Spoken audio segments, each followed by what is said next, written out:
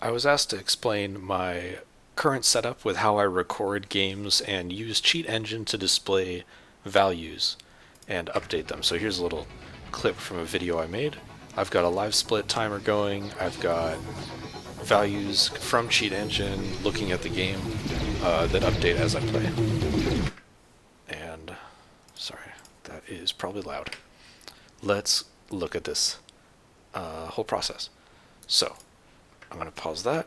I'm going to go over to my second monitor where I have everything set up, and we're going to look at how this works. So first of all, I have a I have a live split running, and I can move it off to another screen. Like I moved it here over the top of the game on my other monitor, and because I am capturing a specific window and not just the whole screen, it is just pulling what's going on in the game. So I can have anything over the game if I want to, which I don't. So usually this thing is just over in the corner somewhere on my other monitor, or on this one that we're looking at. Okay, let's walk through this. First of all, I have the names of the information that I'm pulling from Cheat Engine. I've got values coming from Cheat Engine. This is looking at Cheat Engine, and Cheat Engine is looking at the game that I'm playing. I have a filter which is cropping everything down to just the specific values, and I have a color correction to one, make it that blue color, and also to bring down saturation and to bring up the contrast just to make it blend in with the text from everything else. I've also got some backing colors just to give that outline and make sure all the seams between the numbers from Cheat Engine and the text are smooth. Let's look at Cheat Engine. How is this working? What is it doing? We're not going to get into the weeds. If you want to know more about Cheat Engine itself, look up Cheat Engine 101 is a pretty good YouTube series, and there's a few other videos, and yeah, this is not the place for that. But we attach to the game, we load up our Cheat Engine table, just cancel that. That's where all of these values came from.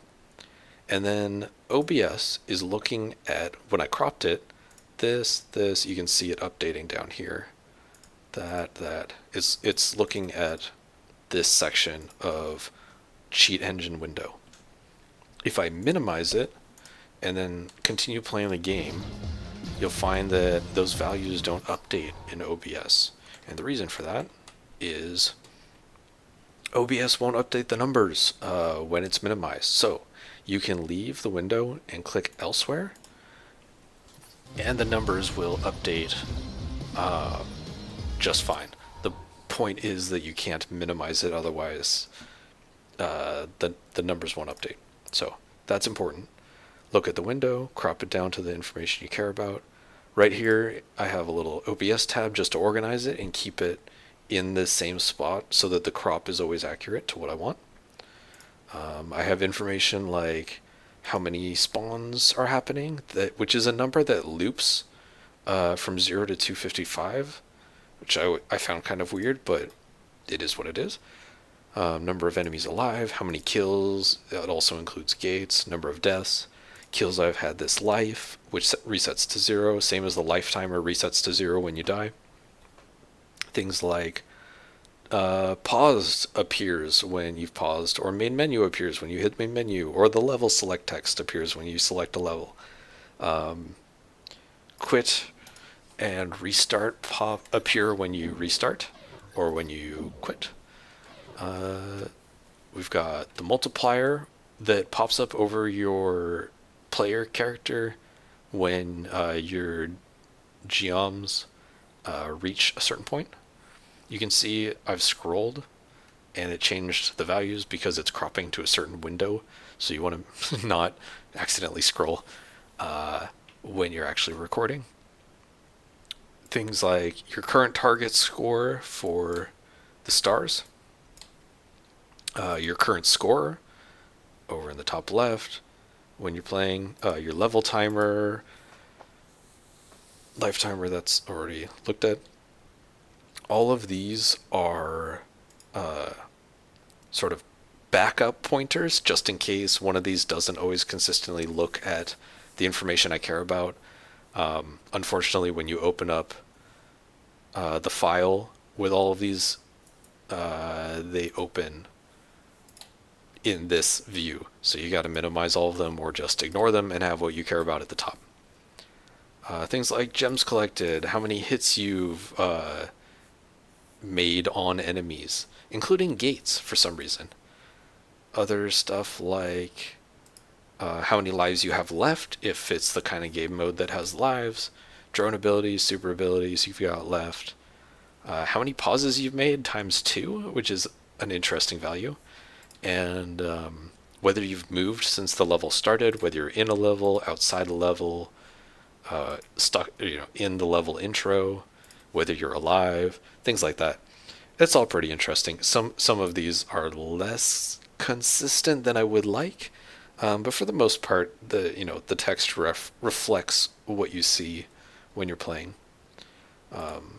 All of these names are what I've given them based on what I think they refer to, but I'm not 100% right all the time. So that is Cheat Engine, and that is where I get these values from.